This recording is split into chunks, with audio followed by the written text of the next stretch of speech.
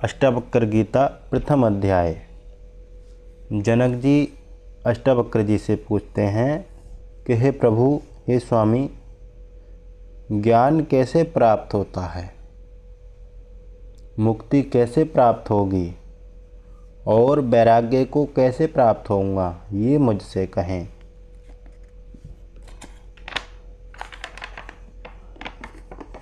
अष्टावक्र जी बोले, हे तात, यदि तुम्हें सच में मुक्ति की इच्छा है तो सर्वप्रथम विषयों को विष के समान छोड़ दो और क्षमा, दया, आर्जव तथा सत्य का अमृत के समान सेवन करो। आगे अष्टावक्र जी कहते हैं कि हे जनक जी, कि आप ना पृथ्वी हैं, न जल है, न अग्नि है, न वायु हैं और ना ही आकाश। आप स्वयं को इन 5 महाभूतों का साक्षी चैतन्य रूप आत्म तत्व जानो, यदि मुक्त होना चाहते हो तो। आगे कहते हैं, यदि तुम स्वयं को शरीर से यानी तीनों शरीरों से, सूक्ष्म शरीर, स्थूल शरीर, कारण शरीर, ये जो शरीर दिखता है ये स्थूल शरीर है और जो नहीं दिखता वो सूक्ष्म शरीर है, फिर कारण शरीर है।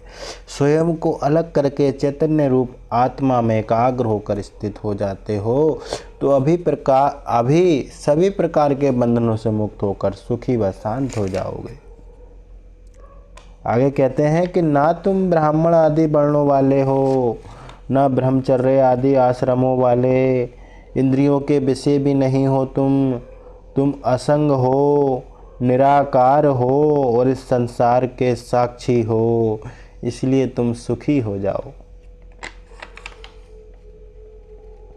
धर्म अधर्म, सुख दुख, ये सभी धर्म मन के हैं, तेरे नहीं, यानी तू इनसे अलग है।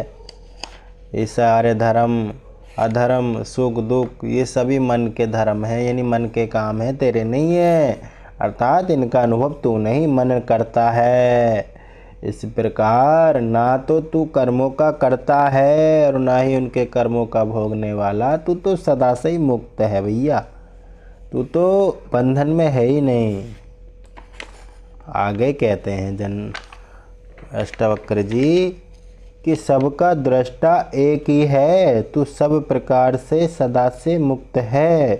तेरे बंधन का यही कारण है कि तू वह दृष्टा होते हुए भी किसी अन्य को, अपने से इतर को यानी अपने से दूसरे को दृष्टा मानता है।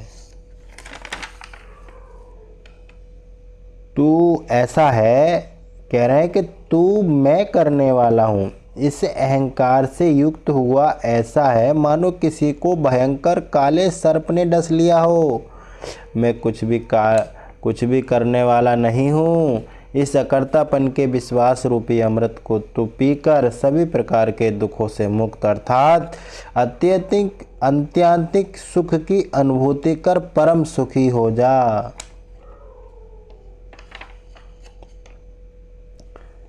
मैं एकमात्र सभी प्रकार विकारों के परे से ज्ञान रूप हूँ।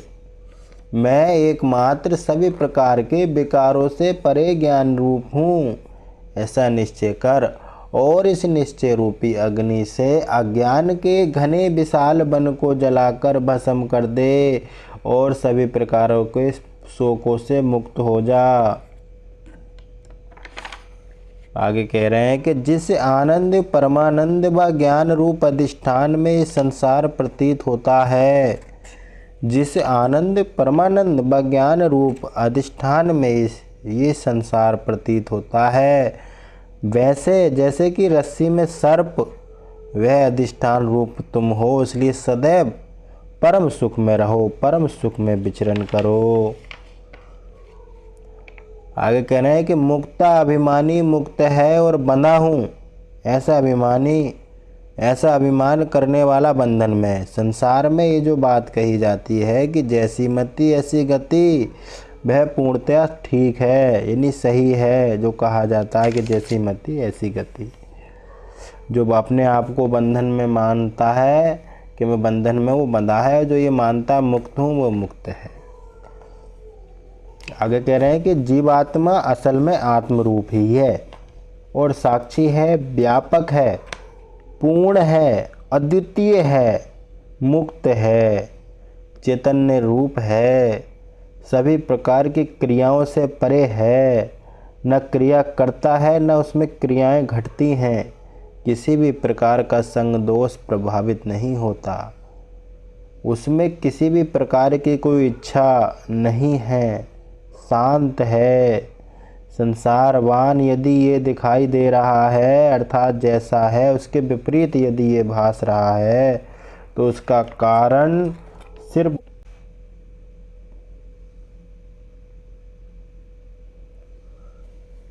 प्रतीत रूप में भ्रम को और इस भ्रम को छोड़कर कि मैं बाहर हूँ या भीतर, स्वयं को कूटस्थ बोध रूप और अद्वैत रूप विचार।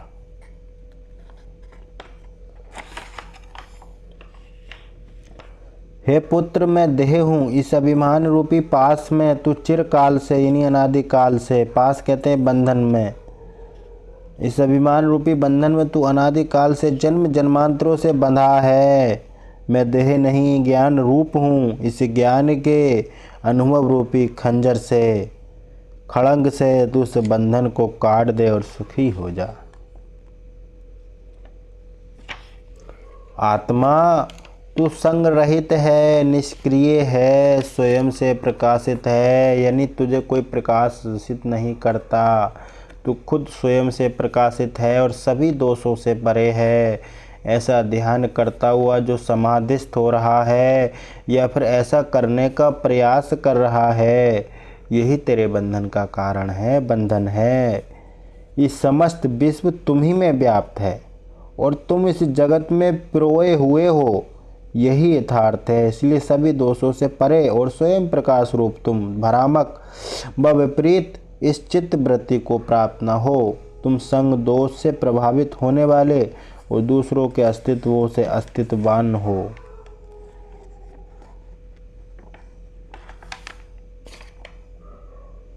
निरपेक्ष, निर्विकार, सभी जिस पर निर्भर हैं, शांति का स्थान है जो अत्यंत विस्तृत बुद्धि ज्ञान रूप है, जिसमें किसी भी प्रकार का कोई क्षोभ, कोई बेचैनी पैदा नहीं होती, ऐसा चैतन्य रूप है तेरा। इसलिए तू उसमें अपने सच्चे स्वरूप में निवास कर और स्थित हो। आगे कह रहे हैं अष्टावक्र जी कि जिसका आकार है उसे झूठा जान और जिसका कोई आकार नहीं है, जो निराकार है, उसे निश्चल जान। ये जानकर वह चलायमान नहीं होता। इस तत्वोपदेश से, इसका अनुभव करने पर फिर तेरा संसार में यानी फिर से आवागमन संभव नहीं है, पुनर्जन्म आदि संभव नहीं है। जिस प्रकार दर्पण में चेहरे का प्रतिबिंब आता है बाहर भी और भीतर भी, उसी प्रकार ये परमात्मा सभी शरीरों के भीतर और बाहर विराजमान है।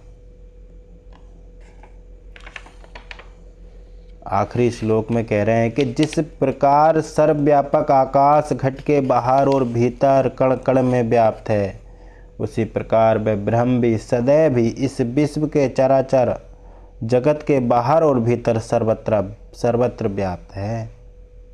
इस जगत में ओतप्रोत है।